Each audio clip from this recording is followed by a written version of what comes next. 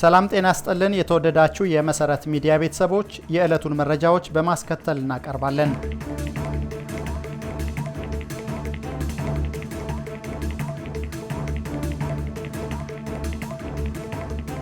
በቅድሚያ ርዕሶቹን በቅርቡ ለመንግስት እጃቸውን የሰጡት ኮሎኔል ፈንታሁን ሞሃቤ በሽብር ወንጀል የጥፋተኝነት ውሳኔ ተላለፈባቸው።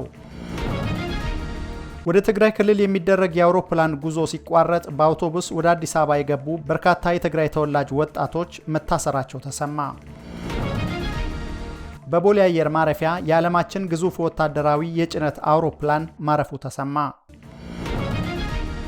ፕሮፌሰር ብርሃኑ ነጋ ስማቸው በኤፕስታይን ኢሜል ላይ የተጠቀሰበትን አግባብ በተመለከተ ለመሰረት ሚዲያ ምላሽ ሰጡ። እንዲሁም በመንግስትና በህወሓት ኃይሎች መካከል በተደጋጋሚ የሚያገረሸው ግጭትና የውጭ ኃይሎች ፍላጎት በኢትዮጵያ ላይ የሚደቅኑት ስጋት የሚልና የአባይ ግድብ ድርድርና የትራምፕ ጣልቃ ገብነት ለኢትዮጵያ ያለው አንድምታ በሚሉ ርዕሶች የተዘጋጁ የጸሐፊዎች አስተያየት እናቀርባለን። መረጃዎቹን በዝርዝር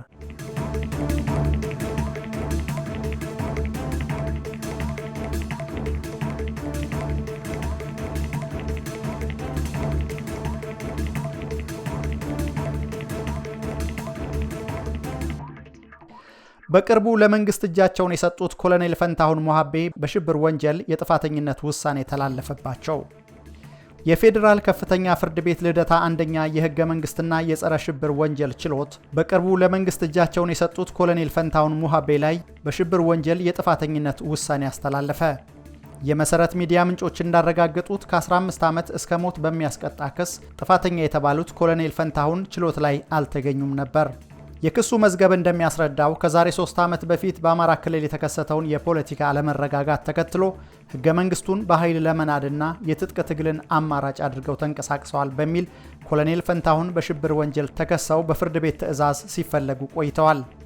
ግለሰቡ የፌዴራሉ ከፍተኛ ፍርድ ቤት በጋዜጣ ጥሪ ቢያደርግላቸውም ሊገኙ ባለመቻላቸው የቀረበባቸውን ክስ መከላከል አልቻሉም በሚል ከ15 ዓመት እስከ ሞት በሚደርስ የወንጀል ቅጣት ጥፋተኛ ሆነዋል ሲል ፍርድ ቤቱ በይኗል።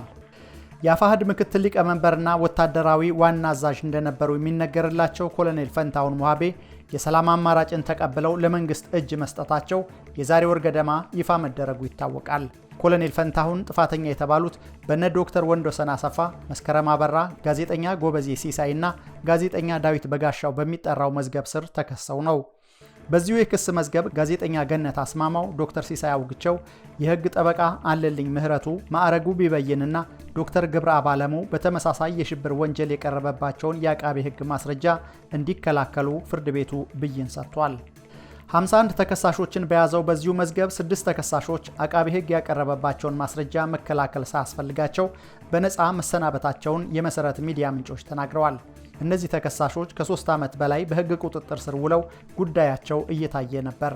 ከአማራ ክልል የጸጥታ መደፍረስ ጋር ተያይዞ በተመሳሳይ 300 የሚሆኑ ተጠርጣሪዎች ጉዳያቸው በፌዴራሉ ከፍተኛ ፍርድ ቤት እየታየ ነው። ወደ ትግራይ ክልል የሚደረግ የአውሮፕላን ጉዞ ሲቋረጥ በአውቶቡስ ወደ አዲስ አበባ የገቡ በርካታ የትግራይ ተወላጅ ወጣቶች መታሰራቸው ተሰማ። የሰሜን ኢትዮጵያው ጦርነት የተጀመረ ሰሞን በርካታ የመንግስት ባለስልጣናት በሚናገሯቸው ንግግሮች፣ በሚዲያዎች በሚወጡ የጥላቻ ንግግሮችና በሶሻል ሚዲያ ግፊት በርካታ የትግራይ ተወላጆች ለእስር፣ ስደት፣ እንግልትና ሞት ተዳርገው እንደነበር የቅርብ ዓመታት ትውስታ ነው። ይሁንና ጠቅላይ ሚኒስትር አብይ አህመድ ጥር 26 2018 ዓ.ም የህዝብ ተወካዮች ምክር ቤት አባላት ላቀረቡላቸው ጥያቄ ምላሽ በሰጡበት ወቅት በሰሜን ኢትዮጵያ ጦርነት ወቅት የኢትዮጵያ መንግስት ለትግራይ መከላከል ሲያደርግ እንደነበር፣ የኤርትራ ወታደሮች ደግሞ ግፍ ሲፈጽሙ እንደነበር ተናግረዋል። ጸቡ የተጀመረው ብዙዎች እንደሚያስቡት የቀይ ባህር ጉዳይ ሲመጣ አይደለም ያሉት ጠቅላይ ሚኒስትሩ በትግራይ ውጊያ ሲጀመር በመጀመሪያ ዙር ውጊያ ሽሬን ካስለቀቅን በኋላ የኤርትራ ጦር ከኋላ የአንዳንድ ግለሰቦችን ቤት ፎቅ ማፍረስ ሲጀምር ጸብ ተጀምሯል፣ አልተናገርንም እንጂ ሲሉ ተደምጠዋል። የኤርትራ ማስታወቂያ ሚኒስትር የማነ ገብረ መስቀል ለዚህ ምላሽ ሲሰጡ የኢትዮጵያ መንግስት በኤርትራ ላይ ሊከፍት ያቀደውን የጦርነት አጀንዳ ምክንያታዊ ለማድረግ የቀረበ ነው ብለው ተችተዋል። ቃል አቀባዩ የኢትዮጵያ መንግስት በትግራይ ጦርነት ወቅትና ከጦርነቱ ረጅም ጊዜ በኋላ ለኤርትራ ሰራዊት የክብር ሜዳይ ሲሰጥ ነበር ብለዋል። ይሁንና በትግራይ ወጣቶች ላይ የሚደርሰው ግፍና እንግልት አሁንም እንዳልቆመ መረጃዎች ያሳያሉ። መሰረት ሚዲያ የደረሰው አዲስ መረጃ እንደሚጠቁመው ለቤተሰብ ጥየቃና ለገና በዓል ወደ ትግራይ ተጉዞ የነበሩ በርካታ ወጣቶች ባለፈው ሳምንት ወደ አዲስ አበባ ሲመለሱ ለእስር እየተዳረጉ ይገኛሉ። ሰኞ ዕለት በ3 አውቶቡስ ተሳፍረው ከትግራይ ወደ አዲስ አበባ የመጡ በአብዛኛው ተማሪዎች የሆኑ ወጣቶች ታስረው መወሰዳቸው ታውቋል። ብሔር እያጣሩ ነው የወሰዷቸው። የሌሎች ብሔር ተወላጆችን ለቀው ትግራዋይ የሆኑትን ፖሊሶች ይዘው ሄደዋል ያሉት አንድ የመረጃ ምንጫችን ናቸው። የአየር ትራንስፖርት ሲቋረጥ በመደናገጥ በአውቶቡስ ጉዞ የጀመሩት እነዚህ ወጣቶች እንደ ከዚህ ቀደሙ ጦርነት ከተቀሰቀሰና የትራንስፖርት እንቅስቃሴ ከቆመ በሚል የተጓዙ ተማሪዎች ናቸው። በምን ጥርጣሬና አግባብ እንደታሰሩ መረጃው የለንም፣ ጭንቀት ላይ ነን ብለው የተናገሩት ደግሞ አንድ የታሳሪ ወላጅ አባት ናቸው። ሚዲያችን የደረሰው መረጃ እንደሚጠቁመው እነዚህ ቁጥራቸው ከ120 የሚበልጡ ወጣቶች አሁን ላይ በአቃቂ ፖሊስ ጣቢያ ተይዘው ይገኛሉ። በቦሌ አየር ማረፊያ የዓለማችን ግዙፍ ወታደራዊ የጭነት አውሮፕላን ማረፉ ተሰማ። የዛሬ 5 ዓመት ገደማ የሰሜን ኢትዮጵያው ጦርነት መቀስቀስን እንዲሁም ከ3 ዓመት በፊት የሱዳን የእርስ በርስ ጦርነት መጀመሩን ተከትሎ በርካታ ወታደራዊ እንቅስቃሴዎች በምድርና በአየር ውስጥ ሲደረጉ ቆይተዋል። እነዚህ በረራዎች ወታደራዊ ቁሳቁሶችን እንደሚያጓጉዙ የቀጠናው ተንታኞች የሚገልጹ ሲሆን በአብዛኛው ጊዜ ሩሲያ ስሪት የሆኑት ኢሉዥን አውሮፕላኖችን በመጠቀም ከተባበሩት አረብ ኤምሬትስ ወደ ቦሌ አየር ማረፊያ ወይም ወደ ቢሾፍቱ አየር ኃይል ወይም ሐረር ሜዳ የሚደረጉ ናቸው። በቅርቡ አንድ ግዙፍ አንቶኖቭ አውሮፕላን በቦሌ አየር ማረፊያ ሲያርፍ ታይቶ ነበር። ዩክሬን በሶቪየት ህብረት ስር በነበረችበት ወቅት የሰራችው ይህ ኤኤን 124 የሚባል ግዙፍ የጭነት አውሮፕላን መነሻውን የተባበሩት አረብ ኤምሬትስ አድርጎ ወደ ቢሾፍቱ አየር ማረፊያ ከሄደ በኋላ ወደ አዲስ አበባ ቦሌ ኤርፖርት እንደበረረ የበረራ መረጃዎች ያሳያሉ። እነዚህ በኤምሬትስ መቀመጫውን ያደረገው ማክሲመም ኤር የሚያከናውናቸው ግዙፍ በረራዎች በምስራቅ አፍሪካ በተለይ በኢትዮጵያ የሀገር ውስጥ ጦርነትና የጎረቤት ሀገር የሱዳን እርስ በርስ ግጭትን ለማካሄድ እንደሚውሉ ተንታኞች ሲያስረዱ ቆይተዋል።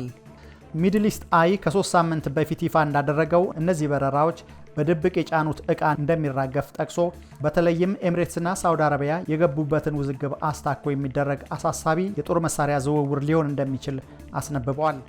የየል ዩኒቨርሲቲ ሁማኒቴሪያን ሪሰርች ላብ HRL ባልደረባ የሆነው ናትናኤል ሬይመንድ ጉዳዩን ሲያብራራ እነዚህ በረራዎች በሱዳን ውስጥ ተባብሶ የቀጠለውን ጦርነት ለማቀጣጠል የሚውሉ መሳሪያዎች እያጓጓዙ እንደሆነ ጠቅሶ ዓለም አቀፉ ማህበረሰብ ትኩረት ሊሰጠው ይገባል ይላል። ይህ አውሮፕላን የመጫን አቅሙ ከፍተኛ ነው፣ ተደጋጋሚ በረራዎችን ሲያደርግ እየታየ ነው በማለት ያስረዳል። አንዳንድ ሚዲያዎች እንደዘገቡት የሱዳኑ RSF ታጣቂዎች ከመንግስት ጋር ለሚያደርጉት ጦርነት በቅርቡ 6 ተዋጊ ጀቶችን ከሰርቢያ እንደገዙ ዘግበው ጀቶቹን በመፈታታት ወደ ኢትዮጵያ ወይም ሊቢያ በመላክ ለታጣቂዎቹ ድጋፍ ይደረጋል ብለዋል።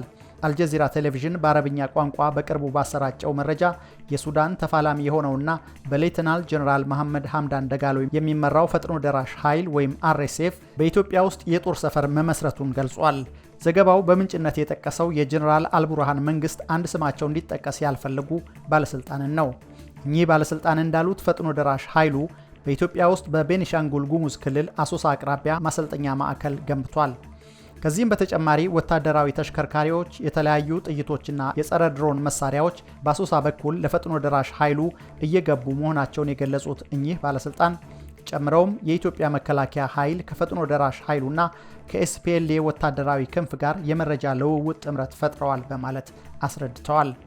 ባለስልጣኑ ንግግራቸውን በመቀጠል በአሶሳ አካባቢ ለፈጥኖ ደራሽ ኃይሉ የተሰጠው ማሰልጠኛ 2 መሆኑንና እነዚህም እስከ 10,000 ወታደሮችን የማስተናገድ አቅም ያላቸው መሆናቸውን አስረድተው ጉዳዩን በበላይነት እየተከታተሉ ያሉት ጀነራል ጌታቸው ጉዲና መሆናቸውን ለአልጀዚራ ገልጸዋል።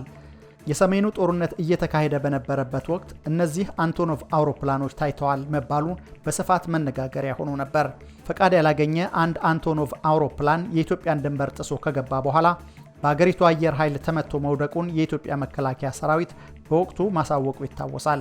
መንግስት አውሮፕላኑ ስማቸውን ባልጠቀሳቸው የአገሪቱ ጠላቶች አማካኝነት የትጥቅ ድጋፍ የማቅረብ ዓላማ ነበረው ብሏል። ይህ አውሮፕላን አሁን ደግሞ በኢትዮጵያ ሰማይ ስር በስፋት እየታየ ነው።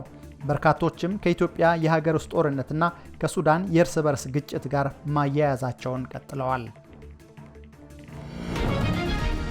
ፕሮፌሰር ብርሃኑ ነጋ ስማቸው ከኤፕስታይን ኢሜል ላይ የተጠቀሰበትን አግባብ በተመለከተ ለመሰረት ሚዲያ ምላሽ ሰጡ። የዛሬ 7 ዓመት ገደማ ህይወቱ እስር ቤት ውስጥ እንዳለ እንደጠፋ የሚታመነው ቱጃሩ አሜሪካዊ የፋይናንስ ሰው እንዲሁም የጾታ ጥቃት ህፃናት ላይ ጭምር በመፈጸም ወንጀል ተከሶ የነበረው ጄፍሪ ኤፕስታይን አሜሪካ ውስጥ እንዲሁም በዓለም ዙሪያ አነጋጋሪ መሆኑን ቀጥሏል። ኮንግረስ ሁሉም የኤፕስታይን ፋይሎች ለህዝብ ይፋ እንዲሆኑ ድምጽ መስጠቱን ተከትሎ ከቀናት በፊት ከ3 ሚሊዮን ገጽ በላይ የጽሑፍ ዶክመንቶች፣ 180,000 ፎቶዎችና ከ2000 በላይ ቪዲዮዎች በአሜሪካ የፍትህ ዲፓርትመንት ወይም ጀስቲስ ዲፓርትመንት ላይ ተለቀዋል። እነዚህ ዶክመንቶች ብዙ ከመሆናቸውም በላይ ገና በርካቶቹ ተበርብረው ያላለቁ ሲሆን በተለይ ግለሰቡ ከመሞቱ በፊት ከማን ጋር ግንኙነት እንደነበረውና ጾታዊ ጥቃት ሲፈጽም ተባባሪ ወይም ተሳታፊ እንዳሉ እየተጠና ነው። ኤፕስታይን ከሚታወቅበትና ህይወቱን ካጠፋበት የጾታ ጥቃት ጋር ባልተያያዘ ጉዳይ የቀድሞ የግንቦት 7 መሪ የአሁኑ የኢትዮጵያ የትምህርት ሚኒስቴር ሚኒስትር ፕሮፌሰር ብርሃኑ ነጋ ስም መጠቀሱን መሰረት ሚዲያ ተመልክቷል። ጄፍሪ ኤፕስታይን እንደ አውሮፓውያን አቆጣጠር በ2009 ዶክተር ሄንሪ ጃረኪ ለተባሉ ግለሰብ ምላሽ በሰጠበት ኢሜል ላይ ለፕሮፌሰር ብርሃኑ የትጥቅ ትግል ድጋፍ በሚደረግበት ዙሪያ የነበረ ንግግር ይዞ ወጥቷል። ፕሮፌሰር ብርሃኑ በወቅቱ በአሜሪካን ሀገር ያስተምሮ የነበረ ሲሆን የግንቦት 7ን የትጥቅ ትግል በአብዛኛው ከኤርትራ ምድር ይመሩ ነበረ። የኢሜል ልውውጡ የፕሮፌሰር ብርሃኑ ትግል ዓለም አቀፍ ድጋፍና እውቅና እንዲያገኝ ታስቦ የተደረገ ሲሆን ኤፕስታይን በዚህ ወቅት በጻፈው ኢሜል ላይ ፕሮፌሰር ብርሃኑ እውቅና የካበተ ልምድ ያላቸው ኢኮኖሚስት ናቸው የሚለውን አገላለጽ እንዳልተቀበለ፣ ታዋቂ ዓለም አቀፍ ስራ እንደሌላቸው እንደገለጸና ድጋፍ ከተደረገም በኢኮኖሚስት እውቀታቸውና ስራቸው ሳይሆን በፖለቲካና በአብዮት ንቅናቄ አውድ ሊሆን እንደሚገባ ይጠቅሳል። ይህም ሟቹ ኤፕስታይን ኢትዮጵያ ውስጥ የፖለቲካ አብዮትንና የተቃውሞ እንቅስቃሴን የመደገፍ አዝማሚያ እንደነበረው የኢሜል መረጃው ያሳያል። መሰረት ሚዲያ ፕሮፌሰር ብርሃኑ ነጋን በዚህ ዙሪያ ምላሽ ጠይቋል። ፖለቲከኛውና ኢኮኖሚስቱ ፕሮፌሰር ብርሃኑ ከኤፕስታይን ጋር በተያያዘ ስማቸው ተለጥፎ እንዳለ መመልከታቸውን አረጋግጠው ኤፕስታይን የሚባል ሰው አላውቅም የሚል ምላሽ ለሚዲያችን ሰጥተዋል። በማህበራዊ ሚዲያ የሚነዙ አንዳንድ ጽሑፎችን ተመልክቻለሁ። ይሁን እንጂ ይህን ሰው እኔ አላውቀውም፣ ምንም ግንኙነት አልነበረንም ብለዋል።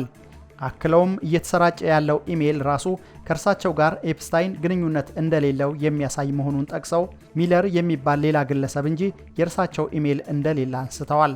ፕሮፌሰሩ ጋዜጠኞችና አስተያየት ሰጪዎች ያልተረጋገጡ መረጃዎችን ከመጠቀማቸውና ኢሜሉ ምን እንደሚል ሳይረዱ መረጃ ማጋራት እንደሌለባቸው አሳስበዋል።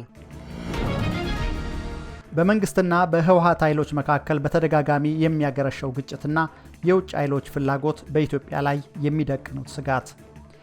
በኢትዮጵያ የፌዴራል መንግስትና በህዝባዊ ወያኔ ሓርነት ትግራይ ወይም ህወሓት መካከል ያለው ግጭት መነሻው ለረጅም ጊዜ የቆየ የፖለቲካ ውጥረት ሲሆን ይህም በህዳር ወር 2013 ዓ.ም እንደ አውሮፓውያን አቆጣጠር ኖቬምበር 2020 ወደ ሙሉ ጦርነት ተሸጋግሯል።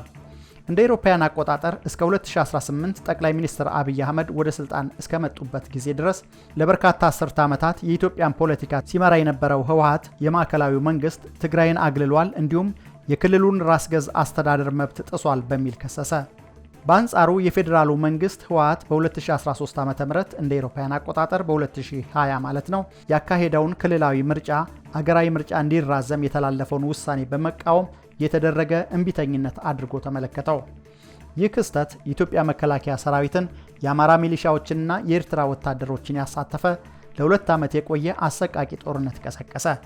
ይህም ከ600,000 በላይ ለሚሆኑ ሰዎች ሞት፣ ለከፋ ሰብአዊ መብት ጥሰቶችና ለከባድ ሰብአዊ ቀውስ ምክንያት ሆኗል።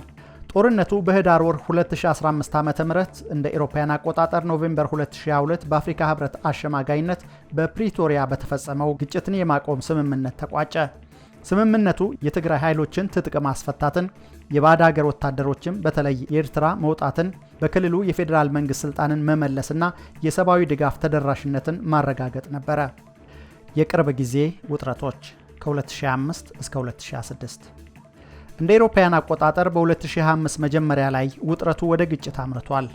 በዶክተር ደብረጽዮን ገብረ ሚካኤል የሚመራው ቡድን በትግራይ መከላከያ ኃይል ወይም TDF አባላት ድጋፍ በመታገዝ በመቀሌ የሚገኘውን የራዲዮ ጣቢያና እንደ አዲግራት ያሉ የድንበር ከተሞችን ጨምሮ በማዕከላዊና ደቡብ ምዕራብ ትግራይ የሚገኙ ቁልፍ መዋቅሮችን ተቆጣጠረ። ይህ ድርጊት በአቶ ጌታቸው ረዳ በሚመራው የትግራይ ጊዜያዊ አስተዳደር ወይም ITA ዘንድ መፈንቅለ መንግስት ተብሎ የተፈረጀ ሲሆን ዶክተር ደብረጽዮንን የፕሪቶሪያውን ስምምነት እያፈረሰ ነው በሚል ከሷል። እንደ አውሮፓውያን አቆጣጠር በመጋቢት 2025 ግጭቱ ተባብሶ ከትግራይ መከላከያ ኃይል ጋር የተሰለፉ ኃይሎች በአካባቢው ነዋሪዎችና ከፌዴራል አካላት ጋር በመጋጨታቸው ለሰዎች መቁሰልና መፈናቀል ምክንያት ሆኗል። ሰሞነኛው ግጭት ይበልጥ እየተባባሰ ሲሆን በምዕራብ ትግራይ እንደ ጸለምት ወይም ጠለምት ባሉ አካባቢዎች በፌዴራል ወታደሮች፣ በአማራ ሚሊሻዎችና በትግራይ ኃይሎች መካከል ግልጽ ውጊያ ተቀሰቀሰ። የዶክተር ደብረጽዮን ኃይሎች እንደ መቀሌና አዲጉደም ያሉ ዋና ዋና ከተሞችን በቁጥጥራቸው ስር ማድረጋቸው ተዘግቧል። ይህም በሺዎች የሚቆጠሩ ሰዎችን አፈናቅሏል። ዳግም ሙሉ ጦርነት ሊቀሰቀስ ይችላል የሚል ስጋትም በሰፊው ነግሷል። ውጊያውን ተከትሎ የተባበሩት መንግስታት ድርጅት ዋና ጸሐፊ አንቶኒዮ ጉቴሬዝ ግጭቱ ወደ ሰፊ ቀውስ ሊያመራ ስለሚችል ጥልቅ ስጋታቸውን ገልጸዋል። እንደ ሌተናል ጀነራል ጻድቃን ገብረትንሳኤ ያሉ የትግራይ መሪዎች እንደ ጸለምት ወይም ጠለምት ያሉ አወዛጋቢ አካባቢዎችን በሰላማዊ መንገድ ለመፍታት ቃል ቢገቡም ያልተሟላ የትጥቅ መፍታት ሂደትና የሌሎች ኃይሎች በክልሉ መገኘት አለመረጋጋቱን አባብሶታል። የውጭ ኃይሎች ሚናና ፍላጎታቸው የውጭ ተዋናዮች ሀገር ውስጥ ያለውን አለመረጋጋት ወደ ቀጠናዊ ጂኦፖለቲካዊ ቀውስ በመቀየር ግጭቱን በእጅጉ አወሳስበውታል። ከነዚህ መካከል ኤርትራ ዋነኛዋ ናት። ኤርትራ በግጭቱ ውስጥ ቀጥተኛ ቀውስ ቀስቃሽ ሚና እየተጫወተች ትገኛለች። የፕሪቶሪያው ስምምነት የውጭ ኃይላት እንዲወጡ ቢያዝም ከ2013 እስከ 2015 ዓ.ም በነበረው ጦርነት ከኢትዮጵያ ጎን ተሰልፈው የነበሩ የኤርትራ ወታደሮች አሁንም በተወሰኑ የትግራይ አካባቢዎች ይገኛሉ። እንደ አውሮፓውያን አቆጣጠር በ2025 የተደረገውን የስልጣን ቁጥጥር ጨምሮ የኤርትራ መንግስት የጠቅላይ ሚኒስትር አብይን አስተዳደር ለማዳከም ሲል ለዶክተር ደብረጽዮን ቡድን የመረጃና ሌሎች ድጋፎችን እያደረገ እንደሆነ ሪፖርቶች ያመለክታሉ። ይህ የሆነው ኢትዮጵያ የቀይ ባህር በር ፍላጎቷን በይፋ በማሳወቋ ኤርትራ ካደረባት ስጋት የመነጨ ነው። ቀይ ባህርና የባህር በር ጉዳይ ኢትዮጵያ እንደ አውሮፓውያን አቆጣጠር በ1993 ኤርትራ ነፃነቷን ካገኘች በኋላ የባህር በር አልባ ሀገር መሆኗ ይታወቃል። ጠቅላይ ሚኒስትር አብይ እንደ አሰብና ምጽዋ ያሉ ወደቦችን መልሶ የማግኘት ፍላጎት እንዳላቸው ማመልከታቸው እንዲሁም እንደ አውሮፓውያን አቆጣጠር በ2024 ከሶማሌላንድ ጋር የተፈረመው የመግባቢያ ስምምነት በሶማሊያና በኤርትራ በኩል ወታደራዊ ግጭቶችንና የጦርነት ዛቻዎችን ቀስቅሷል። ግብጽና ሱዳን ግብጽ በታላቁ የኢትዮጵያ ህዳሴ ግድብ ምክንያት ካላት የውሃ ደህንነት ስጋት የተነሳ ከኤርትራ ጋር ወግናለች። የፕሬዝዳንት ኢሳያስ አፈወርቂና የፕሬዝዳንት አብደል ፈታህ አልሲሲ የ2025 ስብሰባዎች የኢትዮጵያን ተሰሚነት ለመገደብ ያለሙ ነበሩ። በሌላ በኩል ሱዳን በራሷ የእርስ በርስ ጦርነት ውስጥ ብትሆንም ከኢትዮጵያ ጋር ያላት የድንበር ውዝግብ ሌላው የውጥረት ምንጭ ሆኗል። የባህረ ሰላጤ ሀገራት አሁን እንደምናየው በግብጽ፣ በሳውዲ አረቢያ፣ በኳታርና በተባበሩት አረብ ኤምሬትስ የመሳሰሉ ሀገሮች መካከል የተፈጠሩ ችግሮች አሉ። በሱዳን ባለው በመደበኛው ጦርና በሚሊሻው ጦርነት ውስጥ እጃቸውን ሲከቱ ይታያል። ይህ ቀጠናውን የበለጠ ችግር ውስጥ የሚከተው ነው። ኢትዮጵያ ከሱዳን ጋር በምትጎራበትበት አካባቢ ብዙ ችግሮች ሊፈጥር የሚችል ነው። የሶማሌላንድ ጉዳይም ራሱን የቻለ ችግር የፈጠረ ነው። እስራኤል ለሶማሌላንድ እውቅና በመስጠት አዲስ ኃይል ሆና ወደ ቀጠናው እየመጣች ትገኛለች። እስራኤል ለሶማሌላንድ እውቅና የሰጠችው ለኢኮኖሚ ብቻ ሳይሆን የባህር ኃይል በቀጠናው ለመትከልና ለደህንነት ጥቅሞቿም ስትል ነው። የኢትዮጵያ መንግስት ደግሞ የባህር በር ጥያቄን ዋና ስትራቴጂካዊ ጥቅም አድርጎ ወደፊት አምጥቶታል። በቀጠናው አሁን ባለው ውስብስብ የፖለቲካ አሰላለፍ ውስጥ የኢትዮጵያ መንግስት ያለ ግጭት ይህን ፍላጎት ማስፈጸም የሚችለው እንዴት ነው የሚለው ገና ያልተመለሰ ጥያቄ ነው። በአጠቃላይ አሁን ከምናየው ሁኔታ አንጻር በአፍሪካ ቀንድ ክልል የውጭ ኃይሎች በየፊናቸው የራሳቸውን የጂኦፖለቲካ ፍላጎት ለማስፈጸም ነው ሲራወጡ የሚታዩት። ይህ ደግሞ አዲስ አይነት የአካባቢያዊ ኃይል አሰላለፍ ማስከተሉ ይታያል። ይህ የእጅ አዙር ሽኩቻ ደግሞ ቀስ በቀስ የቀጠናው ሀገሮች መንግስታትን የሚያዳክም ከመንግስት ውጭ ያሉ ኃይሎችን መፍጠሩ የማይቀር ነው። እነዚህ የውጭ ጥቅሞች ብዙውን ጊዜ ከዘላቂ ሰላም ይልቅ ስትራቴጂካዊ የበላይነትን የሚያስቀድሙ በመሆናቸው የጦር መሳሪያ ፍሰቱና የዲፕሎማሲው ሽኩቻ አለመረጋጋቱ እንዲቀጥል አድርጓል። በኢትዮጵያ ላይ የተደቀኑ ፈተናዎች የህወሓትና የፌዴራል መንግስት ግጭት ዳግም ማገርሸት በውጭ ኃይላት ጣልቃ ገብነት ታጅቦ ዘርፈ ብዙ ፈተናዎች ደቅኗል። ሰብአዊና ኢኮኖሚያዊ ጫና ትግራይ አሁንም በውድመት ውስጥ ትገኛለች። በሚሊዮን የሚቆጠሩ ዜጎች ተፈናቅለው በእርዳታ ላይ ጥገኛ ናቸው። የቅርብ ጊዜ ግጭቶች አዳዲስ ስደተኞችን ያስከተሉ ሲሆን ይህም በድርቅና በእርዳታ ቅነሳ ምክንያት የተፈጠረውን ችግር ይበልጥ አባብሶታል። እንደ ባንክና መብራት ያሉ ያልተሟላ የመሰረተ ልማት አገልግሎት መመለስ ህዝቡ በፕሪቶሪያው ስምምነት ላይ ያለውን እምነት እንዲሸረሸር አድርጓል። ቀጠናዊ የጦርነት ስጋት። ከኤርትራ ጋር ያለው ውጥረት በሀገራት መካከል ወደሚደረግ ጦርነት ሊሸጋገር ይችላል። ይህም ሶማሊያን፣ ግብፅና ሱዳንን ወደ ግጭቱ ሊያስገባቸው ይችላል። በድንበር አካባቢ የሚደረጉ ወታደራዊ እንቅስቃሴዎችና የጦርነት ዝግጅት ክሶች የአፍሪካ ቀንድን ሊያናጉና የቀይ ባህር የመርከብ ትራንስፖርትን ሊያስተጓጉሉ ይችላሉ። የሀገር ውስጥ መከፋፈል። በህወሓት ውስጥ ያለው መከፋፈል የትግራይን አንድነት ለአደጋ ሲያጋልጥ፣ በኦሮሚያ ከኦሮሞ ነጻነት ሰራዊት ጋርና በአማራ ክልል የሚታዩ ግጭቶች የፌዴራሉን መንግስት አቅም ይበታትናሉ። የአማራ ሚሊሻዎች ከአንዳንድ የትግራይ አካባቢዎች አንወጣም ማለታቸው የግዛት ውዝግቡ እንዲቀጥል አድርጓል። የተጠያቂነትና የእርቅ ክፍተት። በጦርነቱ ወቅት የተፈጸሙ በደሎች ተገቢውን ምላሽ አላገኙም። የኢትዮጵያ መንግስት ባሳደረው ጫና የዓለም አቀፉ የሰብአዊ መብት ባለሙያዎች ኮሚሽን የሥራ ዘመን በ2023 እንደ አውሮፓውያን አቆጣጠር ያለ ጊዜው መጠናቀቁ ቁጭትን የፈጠረ ሲሆን ለዘላቂ ሰላም እንቅፋት ሆኗል። ለጂኦፖለቲካ መጠቀሚያነት መጋለጥ። የሀያላን ሀገራት ሽኩቻ ማለትም አሜሪካ ከቻይናና ሩሲያ፣ ግብፅ ከኢትዮጵያ፣ ኢትዮጵያ እንደ ሱዳን ሁሉ የውጭ ኃይሎች ፍላጎት መሻኮቻ ሜዳ ሊያደርጋት ይችላል። ምንም እንኳን በአፍሪካ ህብረት ወይም በአውሮፓ ህብረት በኩል የሽምግልና እድሎች ቢኖሩም የውጭ ኃይላት ድብቅ ፍላጎቶች እነዚህን ጥረቶች ያዳክማሉ። ማጠቃለያ። የፕሪቶሪያው ስምምነት ጊዜያዊ ሰላም ቢያመጣም የህወሓት ውስጣዊ ክፍፍልና የውጭ ጣልቃ ገብነቶች ግጭቱን ዳግም ቀስቅሰውታል። ይህም የኢትዮጵያን መረጋጋትና የቀጠናውን ሰላም አደጋ ላይ ጥሏል። ዘላቂ መፍትሄ ለማምጣት የፕሪቶሪያው ስምምነት ሙሉ በሙሉ መተግበር፣ አሳታፊ ውይይት ማድረግና የውጭ ጣልቃ ገብነትን ለመግታት ዓለም አቀፍ ጫና ማሳደር ያስፈልጋል። የኢትዮጵያ አመራሮች እነዚህን አደጋዎች ለመቀነስ በብሔራዊ አንድነትና በክልላዊ የራስ ገዝ አስተዳደር መካከል ያለውን ሚዛን መጠበቅ ይኖርባቸዋል። መሰረት ሚዲያ ላይ የሚቀርቡ አስተያየቶች በሙሉ የጸሐፊዎቹ እንጂ የሚዲያውን አቋም አያንጸባርቁም። የአባይ ግድብ ድርድርና የትራምፕ ጣልቃ ገብነት ለኢትዮጵያ ያለው አንድምታ። በአፍሪካ ትልቁ የሃይድሮ ኤሌክትሪክ ፕሮጀክት የሆነው ታላቁ የኢትዮጵያ ህዳሴ ግድብ በአባይ ወንዝ አጠቃቀም ላይ ለረጅም ጊዜ ለዘለቀው ጂኦፖለቲካዊ ውዝግብ ማዕከል ሆኖ ቆይቷል። ኢትዮጵያ ግድቡን ለኢኮኖሚ እድገቷ መሰረት አድርጋ የምትመለከተው ሲሆን የታችኛው ተፋሰስ ሀገራት ግብፅና ሱዳን ግን የውሃ ደህንነታችንን አደጋ ላይ ይጥላል የሚል ስጋት አላቸው። የአሜሪካው ፕሬዝዳንት ዶናልድ ትራምፕ በመጀመሪያ ስልጣን ዘመናቸው በድርድር ውስጥ ጥልቅ ሚና እንዲኖራቸው ያደረጉት ሙከራ በአድሏዊነት ስሜትና አወዛጋቢ በሆኑ ንግግሮች የታጀበ በመሆኑ ጉዳዩን ይበልጥ ውስብስብ አድርጎት ነበረ። ትራምፕ በድጋሚ ወደ ስልጣን መመለሳቸውን ተከትሎ በ2026 ድርድሩን እንደገና ለመጀመር ያቀረቡት ጥያቄ በጉዳዩ ላይ የሚደረጉ ውይይቶች ዳግም ትኩረትን ስበዋል። የታላቁ ህዳሴ ግድብ ታሪካዊ ዳራ 6650 ኪሎ ሜትር በላይ የሚረዝመውና በ11 ሀገራት ውስጥ ለሚኖሩ በሚሊዮን የሚቆጠሩ ሰዎች የህይወት መሰረት የሆነው የአባይ ወንዝ ለረጅም ጊዜ ሲመራ የቆየው ግብፅንና ሱዳንን በእጅጉ በሚጠቅሙ የቅኝ ግዛት ዘመን ስምምነቶች ነው። የ1929 የእንግሊዝና ግብፅ ውልና የ1959 የአባይ ውሃ ስምምነት አብዛኛውን የወንዙን ፍሰት ለእነዚህ ሁለት ሀገራት ያደላ ሲሆን ኢትዮጵያ ለጥቁር አባይ ውሃ 85% የሚሆነውን አስተዋጽኦ የምታበረከት ቢሆንም እንደ ኢትዮጵያ ያሉ የላይኛው ተፋሰስ ሀገራት ግን አነስተኛ መብት ብቻ እንዲኖራቸው ተደርጓል። ኢትዮጵያ እያደገ ላለው ኢኮኖሚያዋ ኃይል የሚሆንና በሚሊዮን የሚቆጠሩ ዜጎቿን ከድህነት የሚያወጣ 5000 ሜጋዋት በላይ የኤሌክትሪክ ኃይል ለማመንጨት በማለም በ2011 የግንባታ ስራ ጀመረች።